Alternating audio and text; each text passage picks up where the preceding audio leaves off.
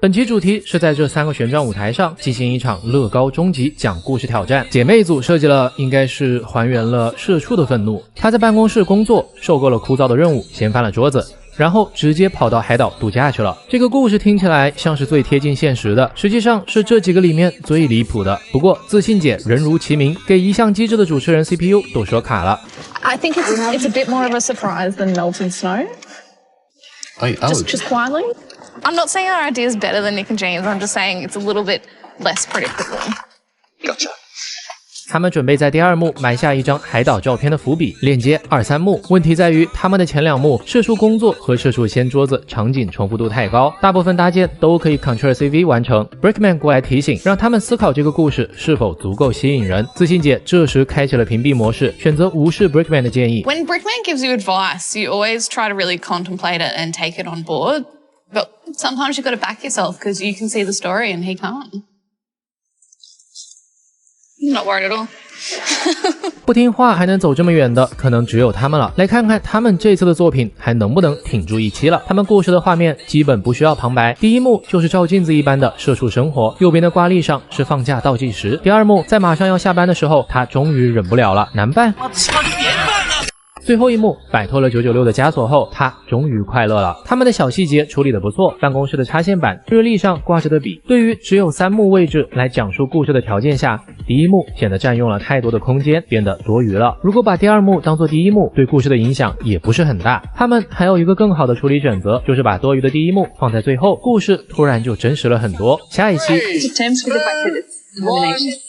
本期主题是在这3个旋转舞台上进行一场乐高终极讲故事挑战。看着这3个空白的舞台，欢乐组完全不知道要讲一个什么样的故事。 I've come to terms with the fact that it's elimination. We knew this coming in. 眼看1个小时过去了，不得不求助 Brickman， 说了几个灵感后，最终决定做骑士和恶龙的故事。骑士准备去屠龙，最后和龙成为了朋友。也许是他们对自己故事本身的兴趣不够，带来不了更多灵感。在比赛仅剩2小时时，他们的底板还是空白远大于内容，尤其是背景的描绘还只有一些大色块。 The only thing that can save us is if someone has missed the brief or misinterpreted the brief. 在时间截止前的完成度看起来依旧不足。第1幕中，骑士骑着马踏上了征途。第2幕遇到了一只赤色的恶龙，龙看起来有种脑干缺失的美。继续往下看，最后幕骑士和龙成为了朋友，正在一起野餐。 Another dragon abused for its fire-producing abilities. 虽然他们已经竭尽全力，但也很明显的，这不是一个完成品。骑士的眼睛、背景的天空，这几处都透露着他们的时间不够，也更没有时间润色细节。 Well done pushing through, guys. Yeah, great stuff. Great job. 友谊组准备在这3个旋转剧目上讲一个关于友谊的故事。小时候男孩们一起玩飞机游戏，长大了2个人都成为了飞行员，最后1幕只剩下1个人了。 Oh, Caleb, are you okay? What's happening? Oh my god, Caleb, what's wrong? His best friend. 即将进入半决赛的关头，时间越往后压力越大，手忙脚乱就会犯一些小错误。 You know how you've done them with a flat edge and then the hump? Well, all the humps should be on the same side, shouldn't they? 他们的第3幕是蓝色飞行员一个人怀念队友的场景，评委建议他们把队友的头盔更靠近飞行员，然而时间只剩下20几秒。来看他们的最终处理。第1幕，小红和小蓝从小就是好朋友，他们正坐在家里玩飞机游戏，架子和墙上都摆着这个贯穿他们一生的线索。第2幕，2个人长大后如愿以偿的成为了飞行员，朋友成了队友，做大凸显人物，神态动作看起来意气风发。 Redman, yeah, no longer with us. Yeah. 色彩渐变的落日增强了故事感。 Quietly confident that we've done enough to secure a place in the finals. 下一期就是半决赛了，这次比赛没有胜出队伍，只有淘汰队伍。最后站在被淘汰队列里的自然是2个不够出色的作品，欢乐组的骑士龙和姐妹组的社畜梦。欢乐组发挥一直不够稳定，这次刚好又是淘汰赛，这次姐妹组论作品还是要好上一些的，所以欢乐组最终没有进入半决赛。 And then our greatest hits. Pretty good. 下一期 You have made it! 好拼接这些小砖块，其中一对乐高玩家即将赢下47万人民币。本季的倒数第2集，且看且投币。在今天这场乐高大师的半决赛里，评委搭建出了4朵云作为赛题，14个小时内，选手们要在自己的云朵上自由发挥。 Row your boat through the clouds with your cat. 友谊组在编故事上从不让人失望，他们准备做一个坐在云朵船上的渔夫，正在为他养的猫咪钓鸟吃。 Another day out on the boat, catching birds. For me, cat. Damn cat. 小哥把渔夫捏成了一个老头的形象，搭档姐姐手里的这几只鸟就够我学1年的了。在14小时的最后5分钟里，小猫咪也刚好擦线完工。Potentially could be our best build yet. 云上的一个老渔夫正在钓鸟，为了给他的奶牛猫填饱肚子，真的没人为鸟发声吗？船上放着红色的虫饵，猫啃剩下的鸟骨头散落一地，真云养猫。猫咪的搭建虽然有点赶，但神态拿捏得很好，这只鸟真的有点上级动物组的神韵了。兄弟组拿准了自己的拼神话动物的优势，他们这次要做玛雅文化中的羽蛇神，但龙形生物在他们手里出现过太多次了。Brickman 提出想看点更 surprise 的东西，弟弟负责搭神庙，哥哥这边搭龙，他们的技术出色，以至于观众和 Brickman 的期待值不断提升，压力之下失去了以往游刃有余的状态。羽蛇神的翅膀换了3、4种，还是感觉不对，好不容易掰扯了个好看的翅膀。Brickman 告诉他们，展示的时候云朵要吊起来，羽蛇神板板正正的杵在上面，可不太好看。于是他们把固定好的模型连根拔起，调整角度。接下来的问题就是云朵的下方。3 teams in this room have built awesome stuff underneath their clouds. 现在龙已经完成了，想用它穿透云朵是不可能的了，只能另想办法，在云下做出雷电就成了相对合理的选择。掌管气象的羽蛇神盘绕在空中神庙上，怒吼着制造出了人间的闪电。生物造型很漂亮，但是和低级的龙比起来，就是改模重涂加特效的区别。他们其实是有实力做到创新的，不过半决赛的压力太大，焦虑之下，最终还是打出了一张保险牌。下一期14小时内，选手们要在评委搭出的这4朵砖块云上用乐高拼出新的模型。胡子小哥组这边依旧稳定输出，他们要做一个巫师城堡，城堡被诅咒一刻不停的制造彩虹。光堆砖不符合技术佬的气质，既然设定在云上，就来几个电机让它飞起来。因为最终展示的时候，云朵要拎在空中，所以云朵下面也要有内容。It feels like we're one being.It does now. It feels like you're my legs and we're just both making Lego. 因为他们把砖块屋霍霍得太乱，吸引出了那个男人，第1季的闪电小胖。Jody's been here the whole season.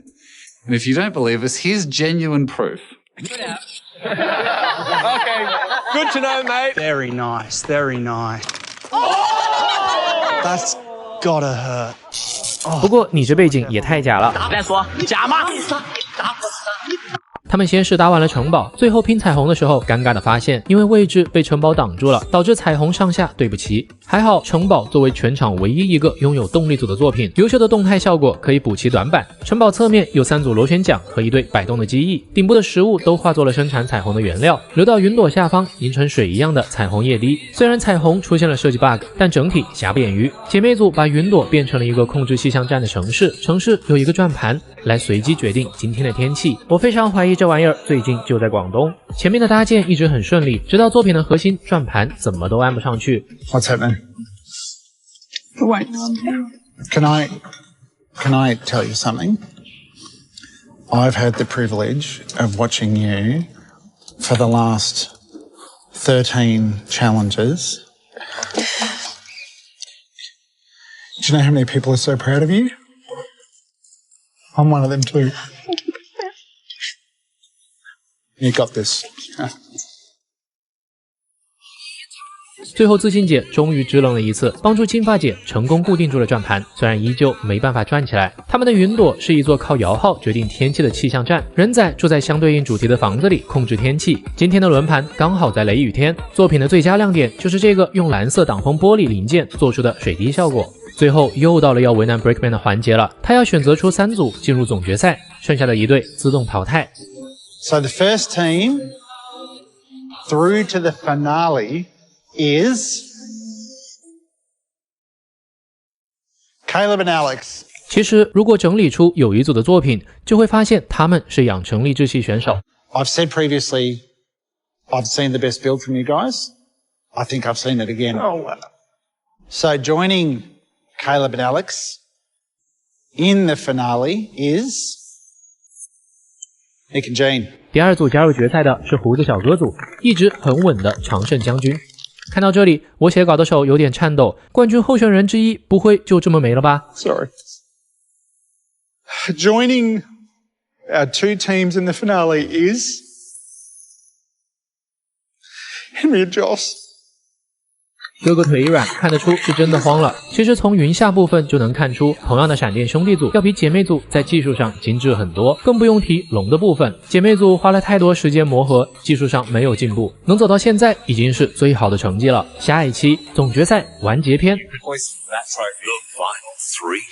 几千块一套的乐高卖给你们，真是亏大了。前面的50多期里，这些神人在地上搭、水里搭、无人机上搭、走钢丝、穿火圈后，终于来到了终极挑战——乐高大师的总决赛。28小时内，选手们将用无限量的乐高砖块自由发挥，冠军可以直接带走47万的奖金。澳版前3个捧杯作品分别是第1季的波塞冬、第2季的机械怪人、第3季的林中小鹿。不知道这季哪组的作品会加入冠军豪华套餐？兄弟组给人的印象不是在搭龙，就是在搭龙的路上。盘点一下就知道，他们冠军的几次其实都不是用龙拿到的，比如微缩场景、大蜘蛛鬼屋和毛毛虫。他们逐渐认识到了突破舒适圈会带来更好的效果。兄弟组这次计划做一个巨型机甲螃蟹和巨怪踏浪大战的场景，是有点环太平洋的即视感。So that's the size of the monster. Kaiju. Crab. Bridge in the middle. 总决赛他们要拼以往4倍大的模型，以往的尺寸可以参考你家最大的那个乐高套装。3小时后，2位主角的骨架已经成型，上面绑了电机，说明还有动力部分。Brickman 看到他们的巨兽颜色是灰蓝色，指出和海浪的蓝色过于相近，视觉上没有对比。在试了几种颜色后，他们决定在腹部加一串紫色。Love it. 为了支走花太密的主持人，小哥让他去砖块屋找一个寻找难度极高的狼尾人仔发型，好给螃蟹机甲里的驾驶员换上。I got some good news for you. Haircut. You got a mohawk in there. You don't have a mullet. So I got some scissors and some of my hair.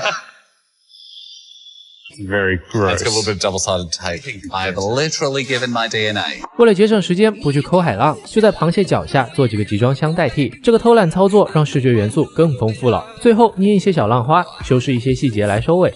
28小时的搭建就到此结束。3, 2, 1. That is it.